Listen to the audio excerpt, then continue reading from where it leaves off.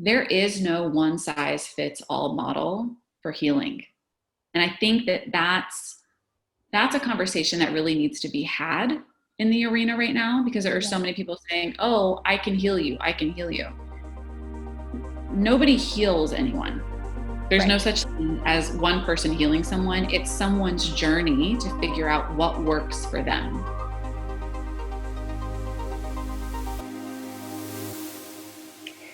Hello, everyone, and welcome to episode 14 of the Living and Leading with Emotional Intelligence podcast/show.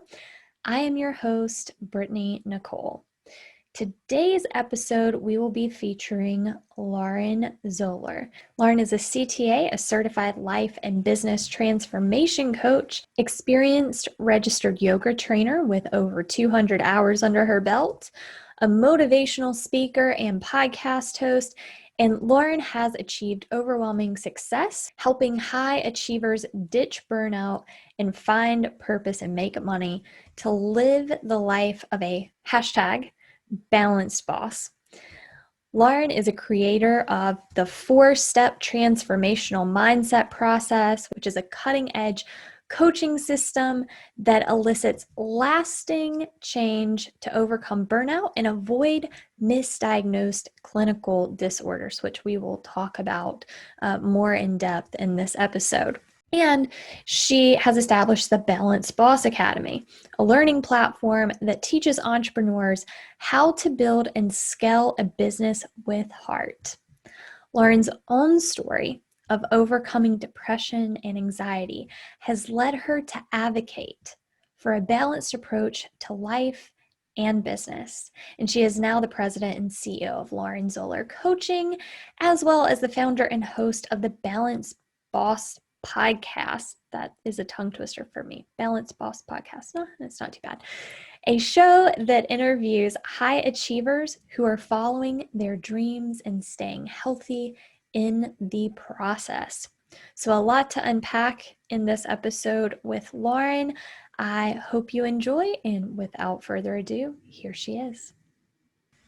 All right. Well, Lauren, thank you so much for joining me today. Again, I'm super excited about this conversation. When I saw that on your website about how to overcome burnout and avoid a misdiagnosed clinical disorder, I was like, ding, ding, yes, let's talk. Let's have this conversation. So before we begin, I would like for you to kind of tell the audience in your own words who you are and what you do. Yeah, so I am a CTA certified life and business transformation coach. I work primarily with high achievers who are in the space of feeling like they have really achieved in their careers, whether they are in the CEO level, C-suite level. Some of them are, successful entrepreneurs that are in the multi-6-figure to 7-figure range. Regardless of how they define success, they feel like they've achieved in their life in regards to their career, but they don't feel complete in their personal lives. Mm-hmm. So that's what I do. I have a life mastery program. I have a life mastery method that I lead all of my clients through. I also have a company called Balanced Boss Company that has a program called Balanced Boss Academy that teaches coaches and service-based entrepreneurs how to build and scale their online businesses with heart and balance. So my whole kind of overarching theme, which is really fitting for what we're talking about today, is finding that space of, your career does not have to define you. You can do what you love, you can create impact, and you can also do it in a way that's healthy so that you're not hitting burnout and feeling like all of the world's falling apart and your health starts to decline. Right. And I think especially with entrepreneurs, burnout is huge. High achievers in general, but especially as an entrepreneur starting out, because you are everything, unless you just happen to have that capital to hire people right on the spot, you are doing everything. And oftentimes we wait until we are at that point of burnout before we do anything about it, which is the unfortunate part. I think that's true to many situations where we wait until we're feeling that pain before we do something about it. So Yes. how do you help people overcome burnout? And then the second part of that question is, how do you prevent reaching burnout? Yeah. So it's important to understand what burnout is before we really dive deep into it, because what burnout is, it's the neglect of stress, right? So we can all usually put our finger on when stress shows up in our lives, right? You may feel the fluttering in your belly. You may have your heart rate may increase. You may actually sweat physically.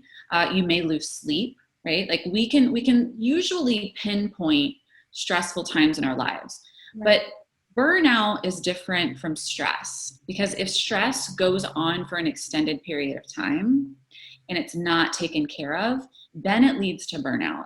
Mm-hmm. And what burnout looks like is, emotional exhaustion all the time, right? Like that's a symptom of burnout, where you feel like you physically cannot do or communicate with any sort of emotional intelligence because you're completely just numb, right? So you're in complete emotional exhaustion.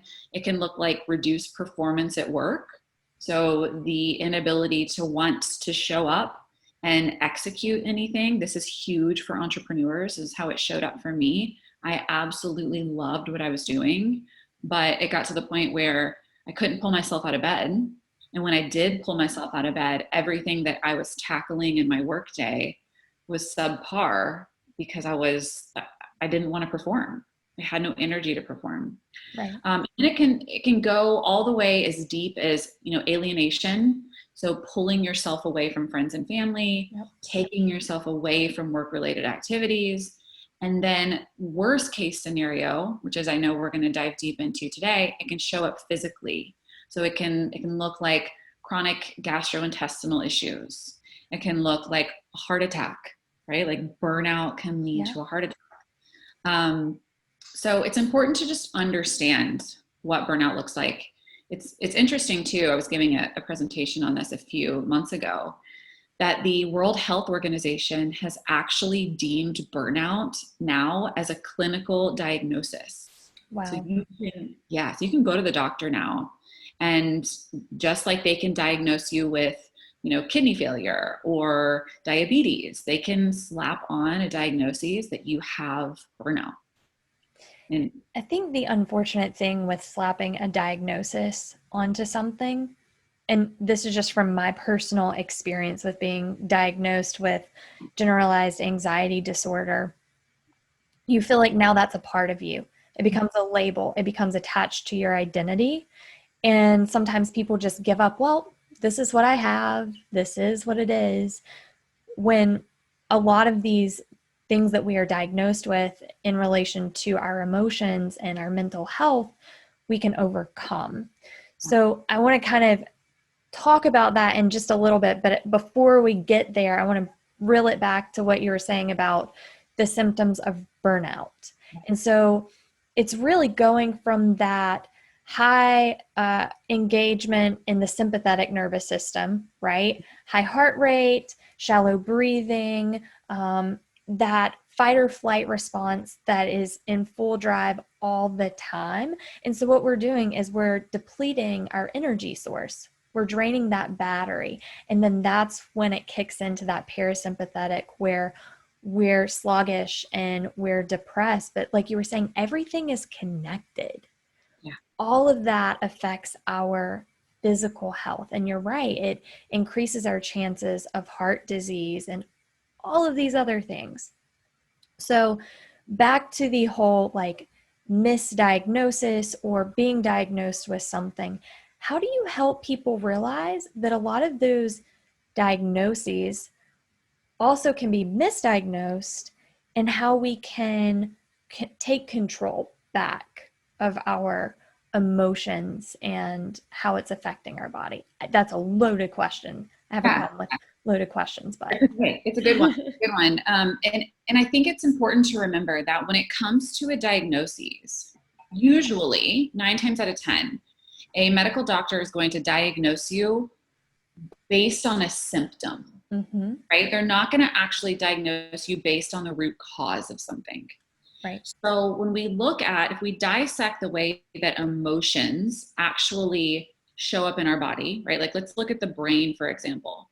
When you feel a stressful emotion, so let's say that you feel anxiety over an extended period of time, or stress, or let's say grief or sadness, negative emotions, melancholy, annoyance, right? Some of these emotions that we think about when we think about stress and burnout, what happens is that, and this has been scientifically proven, when you feel these negative emotions in your body, what it does is it lights up your amygdala in your brain, right? Which is responsible for fight or flight, which is what you were just speaking about. And what fight or flight does when you are actually running away from a bear, which is why we feel these survival, self-preservation mode. Yeah, when you feel that, it shuts down your body's self-repair mechanisms. Okay, so let's put ourselves in the position of we are being chased by a bear.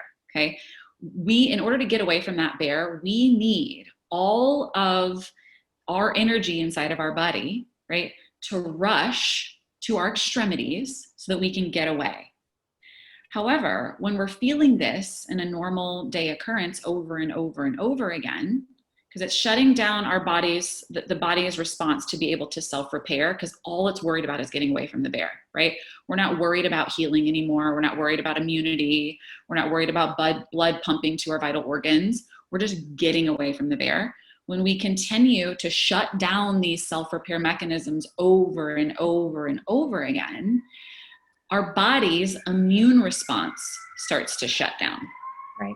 So, of course, we're not going to be in peak performance mode. We're not going to be in peak health mode because our body can't regulate. Now, if we look at the flip side of this, when we feel positive emotions, right? When we feel a sense of calm, when we feel in control, when we feel happiness, when we feel joy, right? It fires the prefrontal cortex in our brain, which is it's responsible for everything that our body does to regulate itself on a daily basis. So it literally is in charge of how your body functions, and it tells your body how to live. You're talking about the prefrontal cortex? Like prefrontal cortex. So so my background's in psychology. So I understand what you're saying, that the rational brain, we can kind of process that. But like the autonomic nervous system, right? That's more housed in the brainstem and things like that. That's our sympathetic, the parasympathetic, right? But I get what you're saying. Like our cortex controls our thoughts. Yes. Our thoughts create our reality and release those that response. And I know you know this. I just want to clarify to listeners because it's communicating. They work together. Right. Okay. So both of them work together. And the reason that it's important when we're talking about burnout is because so much of burnout is the inability to regulate emotions. Mm-hmm. Right? So it's the inability to be able to tap in to gratitude and that sense of serenity and that sense of happiness that we need in order to feel like we are in control of what's happening. Because when you're in gratitude and you're in joy and you're in inspiration and you're in hope, which are these positive emotions, what happens is that you have awareness to be able to shift your burnout. So, and I think that's really important when we're looking at the ways that you can really shift when you're in this space of burnout in your life and avoid it, is to really tap into those positive emotions. Right. We have to get out of that survival mode so that we can think rationally and process and things like that. And I think it's really important too. Like I know a lot of people talk about negative emotions because those emotions make us feel unpleasant. They're not pleasant feelings, right? But I think it's important to know that all emotions are data. So there's no negative emotions. There's emotions that make us feel unpleasant. And instead of saying, I want to get out of that state, we need to kind of identify the source of that. And you were talking about before the symptoms. When we get diagnosed with things, they diagnose us based on the symptoms. But they don't always talk about what is the underlying need there. which is kind of mind-blowing to me because I was diagnosed at 15 with generalized anxiety disorder, and they placed me on an anti-anxiety medicine. Instead of saying, well, maybe we should, find a therapist and let's talk about why you're feeling this way and find the root cause. And it's frustrating that that's common. And people kind of want that quick fix these days. Just give me the medication. But it doesn't solve the underlying issue. And if you don't solve that, then it stays within that subconscious, right? And it keeps presenting itself. So how do people identify that? How do you help people with what you do identify the root cause and not just the symptoms? Yeah. So first off, I love that you brought up that story because it's very similar to my story as well. I was same thing. I went to the doctor and they diagnosed me with generalized anxiety and depression, and they threw medication at me. And really it was in that state of being medicated that I realized, first off, I felt like a walking zombie. I was just walking all over the earth. I felt like I didn't even know who I was anymore. And that was the catalyst for me to be able to think, okay, this is right now I have a choice. I have a choice that I don't actually have to take this medication, but there's got to be another answer to it. So I love that you shared that because it's very similar to what I was feeling. But in regards to when I work with my clients and helping them shift into that space, the first thing that we do is we have to take a really deep look, and sometimes it's not fun, at what the limiting beliefs are that they're living under, right? So often we are conditioned with things that have happened to us in the past, right? When we were children, right? Let's say that, and it could be something as small as you were the last to be picked on the kickball team, right? And they were picking teams when you were in third grade and you were always the last one to be picked. And that created a limiting belief. And that was a small T trauma for you that created a limiting belief that you were not enough, right? Like you weren't enough to be picked to be on a team. And because you were the last one picked, it created this false story for yourself, right? And you continue to live in over and over and over and over again.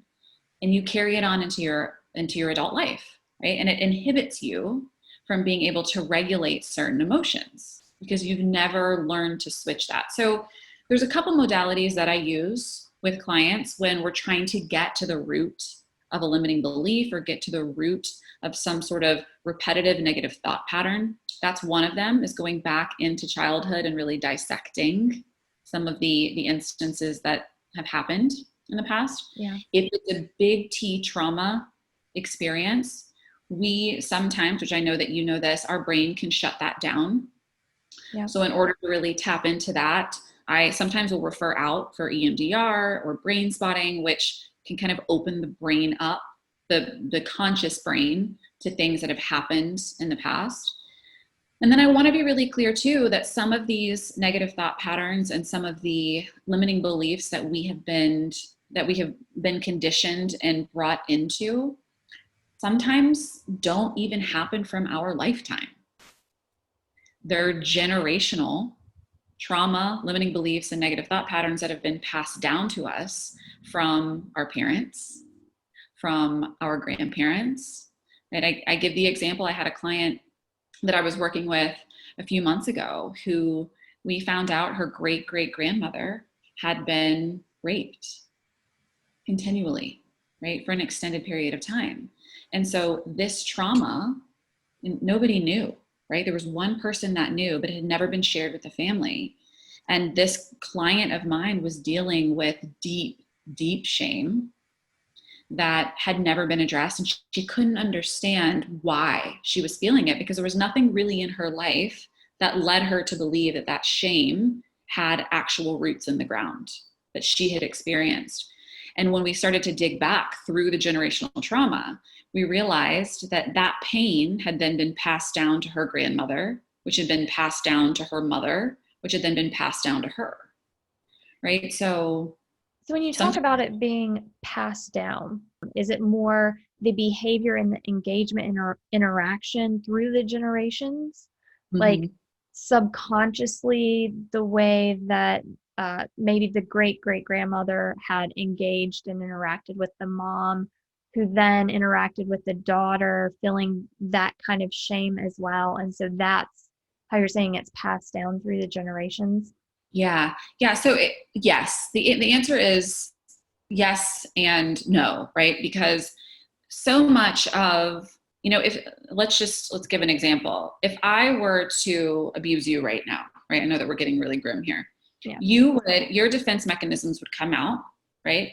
And you would do what you need to do to protect yourself in that moment.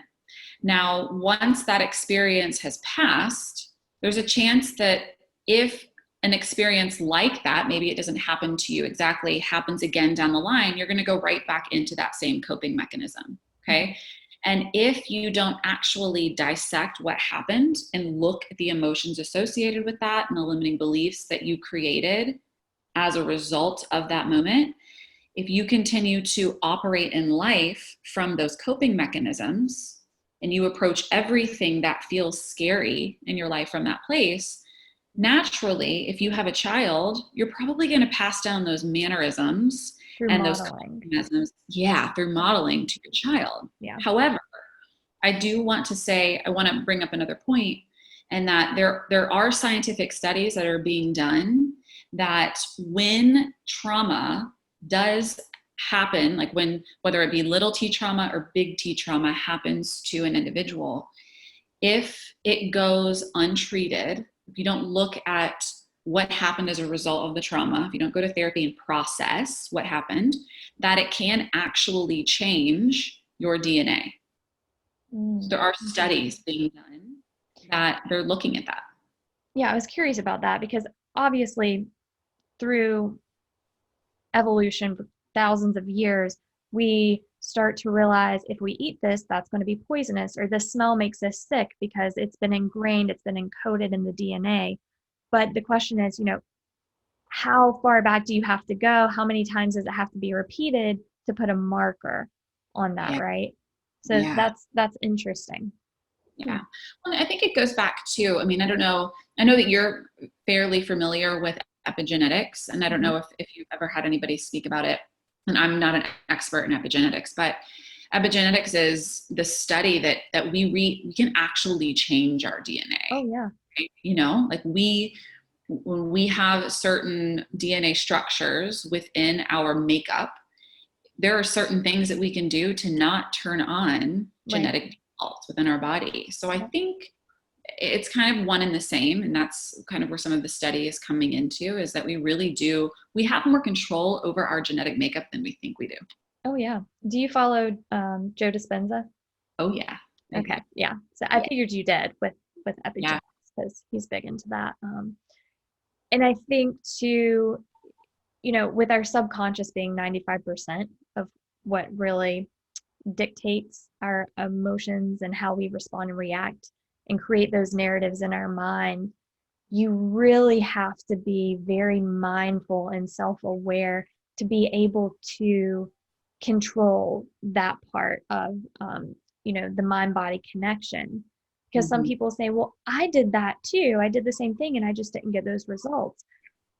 But clearly at a subconscious level, you really don't believe that you can get those results. Like you really have to believe it. And that's what's so important. But yeah, it's amazing what Dr. Joe Dispenza has done with his recovery and transformation. And it is possible. And some people look at it as woo-woo, but there's a lot of science now backing that a ton. Well, it's a beautiful thing too. I'm a huge component too for and a fan of hypnotherapy. I think that hypnotherapy is a great way to really get into the subconscious brain and rewire a lot of the things that we probably don't even know that we're holding on to. Yeah. And I know that Joe Dispenza speaks a lot about being able to tap into hypnotherapy too. So completely agree. Yeah. It's good to see that our generation and younger generations are more open to mindfulness and meditation and things of that nature. But I feel like there's this tug of war with modern society, with all these distractions that we have in our lives, like our devices that kind of consume us, and how we take a step away from that so we can practice these things like mindfulness and become self-aware. Because I see so many people talking about emotional intelligence and get certified in emotional intelligence, and they start teaching it to other people, but they haven't really developed their own emotional intelligence.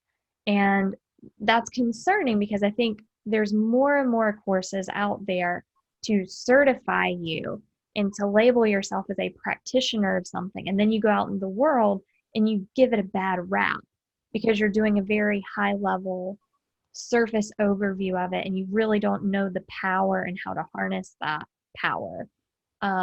So how do you get people to take a deeper dive instead of just skimming over the surface? Because like you said before, it can be extremely painful to really come to terms with some of the traumas that you faced in life.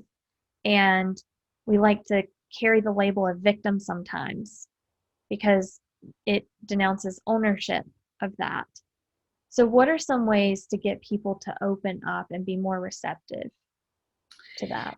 Yeah. So I think it's important, and I know I tell all of my clients when they come to me, and it's really important to grasp this concept that it takes a team. It really does. Like, depending on what it is that you're dissecting and you're healing, I can't do it alone as your coach, right? Right. And your therapist probably can't do it by themselves either. It's going to take an entire team of people to really help you break through what it is that you need to break through in order to get to your true healing. And I say that from personal experience, even, I mean, when I was really going through, and I'm constantly in healing practices, I have my own coach, I have my own therapist, I have my own emotion code practitioner, I have my own hypnotherapist, life coach. It really is, in order to be, when you're going through a huge transition, like, I can lead you through the things that you need to do to become more emotionally intelligent, right? I can teach you how to focus on your breath and to tap into pranayama practices. I can teach you how to be a better communicator and how to set boundaries and how to start to elicit and pull your limiting beliefs to the surface and really start to examine them and look at your life from a different angle. But if you are having, deep trauma that's coming forward, there is no one size fits all model for healing. And I think that that's a conversation that really needs to be had in the arena right now, because there are so many people saying, oh, I can heal you. I can heal you. Nobody heals anyone.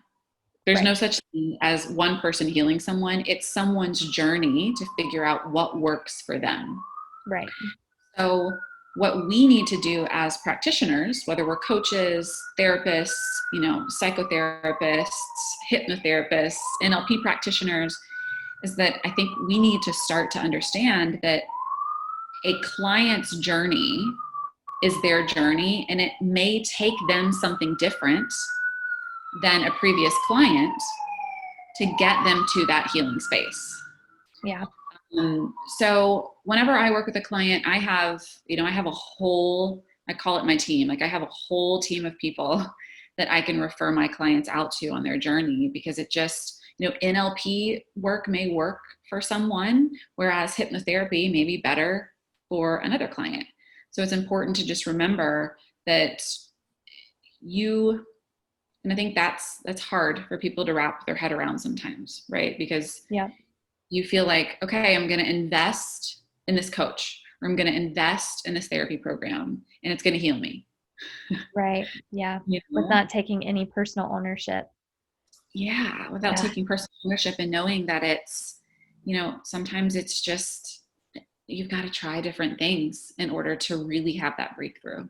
And some people just aren't ready yet. And one thing that I found in my journey was, until I had self-compassion, until I developed that for myself, I couldn't show empathy. I couldn't show that same compassion and understanding for other people. I think it really starts with the self. And, looking at your history very objectively and not with no judgment at all. And that's very hard for people to do because we live in a society that is very competitive, very judgmental, that is, bases our value on how we look, what we do, what we have. And we have to deconstruct all of these social norms that we've been handed, right? Yeah, it's so true. So true. I mean, and that's the hard thing. I mean, I always say that the first step in any transformational experience is awareness. Mm-hmm. Yeah. Like you have to be and that goes right back to what you just said. Like you have to be in that state of being compassionate enough with yourself to know, like, hey, like, something needs to shift. It doesn't feel right. And you may wake up, a week, 2 weeks, 3 months, 3 years down the road and still be in that space of something still doesn't feel right and I'm shifting.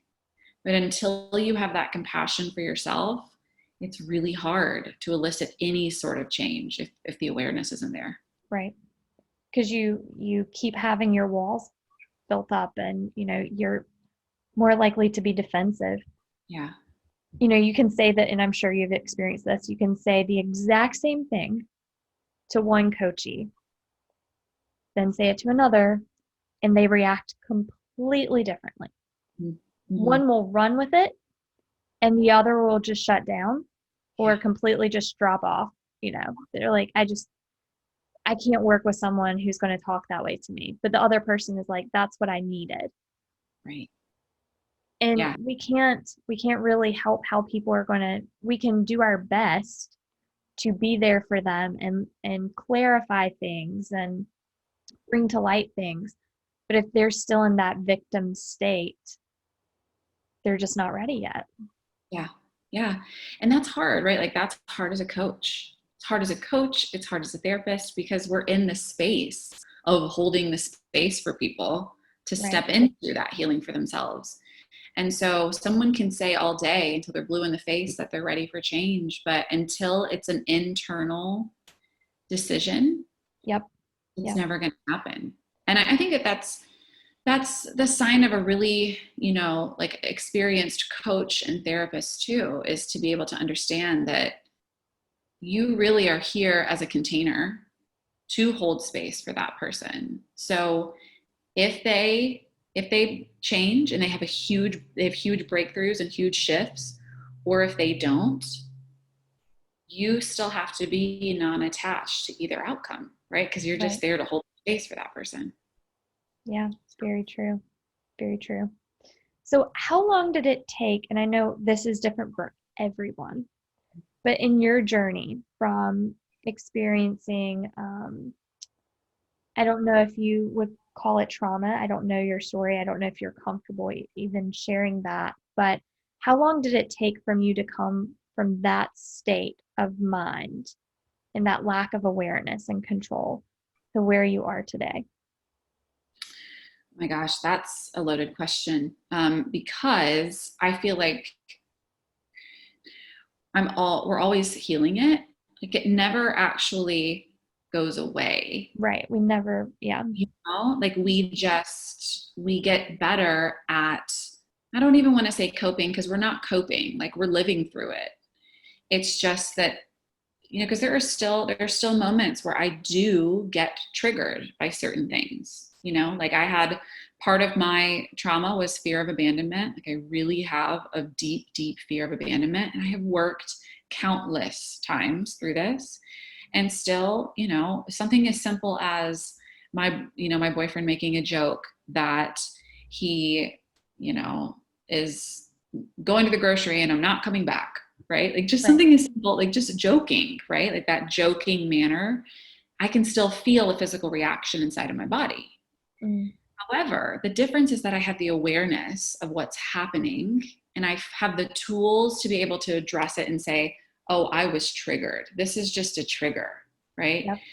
So I think that the healing process, I mean, once I started to bring awareness to the fact that something needed to shift and I wasn't able to have control of situations, that started about 6.5 years ago. And it's been this evolving journey ever since that happened. And really that 6.5 years ago was when I was diagnosed and was put on medication. And I made the choice that I wasn't going to stay there.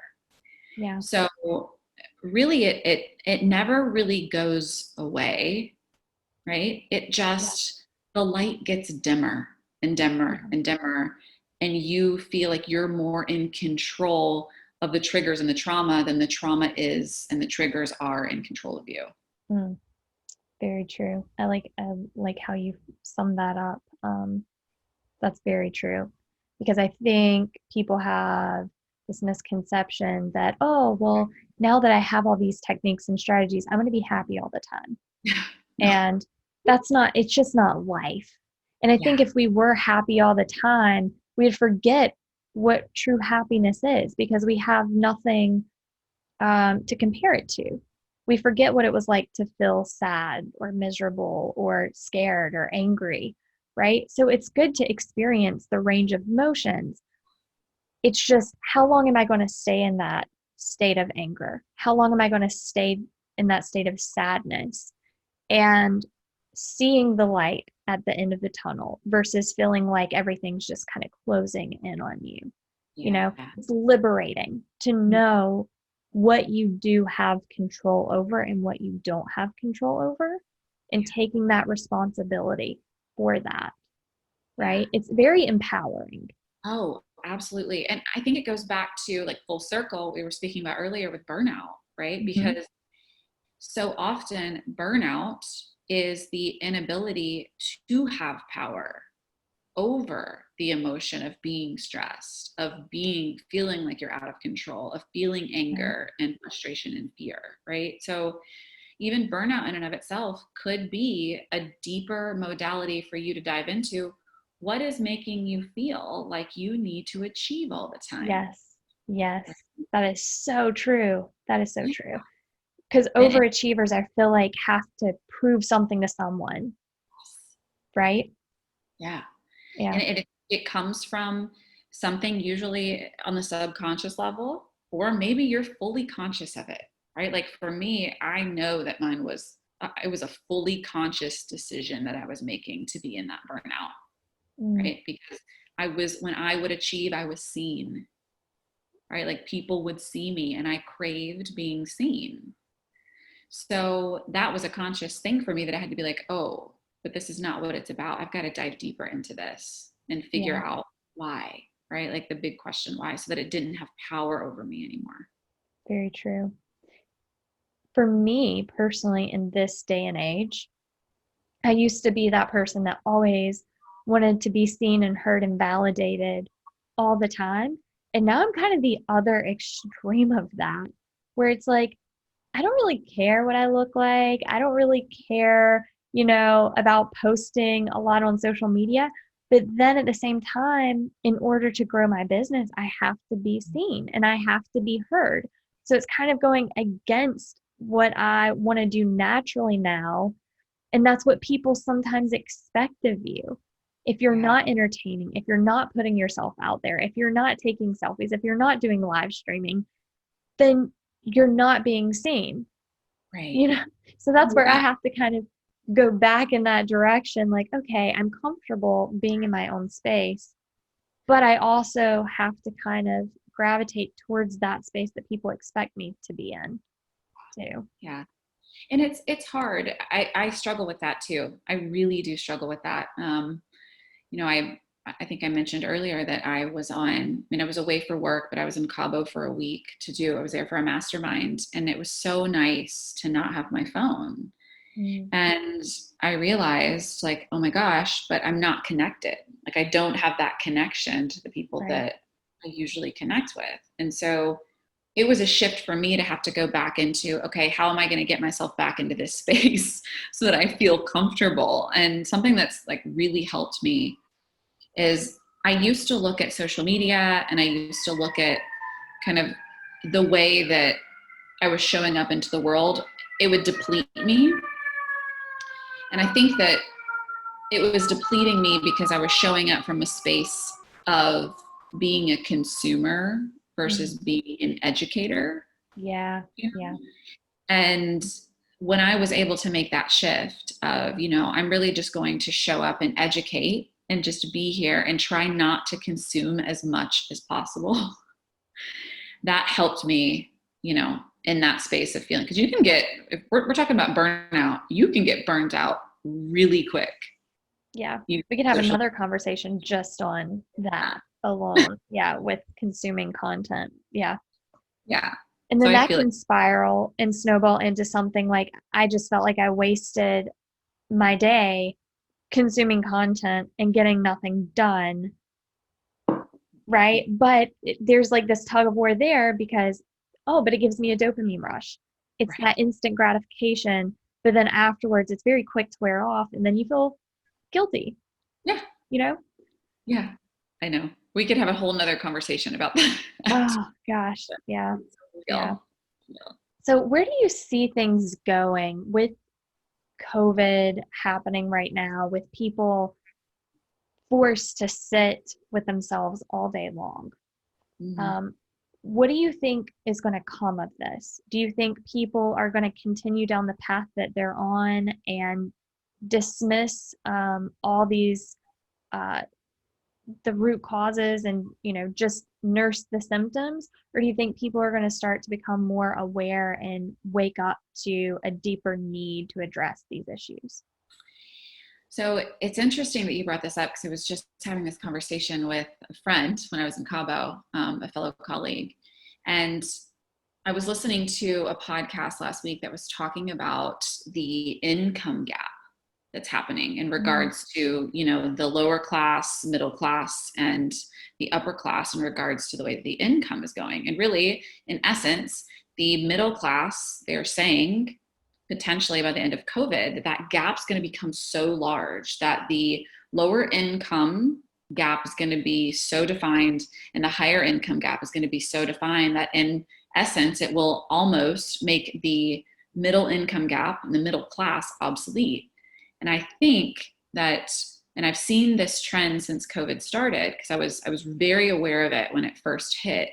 I feel like in regards to emotional intelligence and healing and stepping into full power of who we are as humans, that the exact same thing is happening. The emotional intelligence gap is doing the exact same thing. Yeah. And it's been proven in that, I was terrified when COVID hit. I was like, people are not going to have money. Like, the first thing that people are going to pull is coaching and therapy, yes. Right? Yeah. Like they're not going to do it because their money is going to be strapped. And I've actually seen the reverse. Yeah. Like, I don't know if you've seen this, but my practice has almost quadrupled. I had to hire another master coach. Wow. Since COVID started, because people are, this is the first time they've had to slow down and like actually listen to their thoughts. Yeah. And like look at life without rushing out the door to get to work and numbing with, alcohol at happy hour or fast food on the way to work. They're forced to sit in themselves. Yeah. No distractions. Right. Yeah. So I really feel like the emotional intelligence gap is going to do the exact same thing as the income gap, unfortunately. Yeah, that makes sense. I mean, I think everything, it seems, is being polarized. Yeah. Political systems and, like you said, with the income, with emotional intelligence. Yeah, it seems like because we want to, it's almost like we want to see the world in black and white. Mm-hmm. We want to eliminate any ambiguity whatsoever in realizing that things are not simple, but we want simple because things have been made so complicated. We're spread thin. So we just want things to be this or that, right or wrong. It's really unfortunate. So hopefully, and I don't know how, we can start to see many shades of gray again. And live life with a spectrum. Right. And I think it'll balance back out, right? Like this isn't the first time that we've had, I mean, look at the Spanish plague, right? Like it's not the first time that the world has been in disarray like this. It does feel heavy because we're all in it. Like our generation is in it, and our parents really had not lived through that. And our grandparents, lived through it in a different way. So I think it will start to level itself out. It's just very interesting to me that, especially with our generation, how many people really are allowing themselves to do the deep healing work as opposed to just kind of letting COVID be COVID and drown in their misery. Right. It is refreshing. Yeah. Definitely. Well, Lauren, how can people find you? And I'm going to put all of this in the show notes, but if they're listening, I also want them to hear it straight from you. Yeah. So you can find me on laurenzoeller.com. That's my website. It is getting a facelift. So the new website should be up in the next couple of weeks because we have some exciting things that are launching at the beginning of 2021, which is really exciting. I am most active on LinkedIn. I'm actually not active at all on LinkedIn. So I don't know why I just said LinkedIn. On Instagram, you can find me at Lauren Zoeller. So just at LAUREN and then my last name, Zoeller. And I too have a podcast called the Balanced Boss Podcast. And I need to talk to you about being on the Balanced Boss. I'd love to have you, but we interview high achievers who have taken healing as a significant part of their journey and are learning and or in the process of staying very balanced as they build their empires as entrepreneurs. So kind of a fun. Awesome. I look forward to checking that out and learning more about what you're doing. This is great. Well, thank you so much. It's been a pleasure having you on. And we'll have to catch up offline too and chat some more.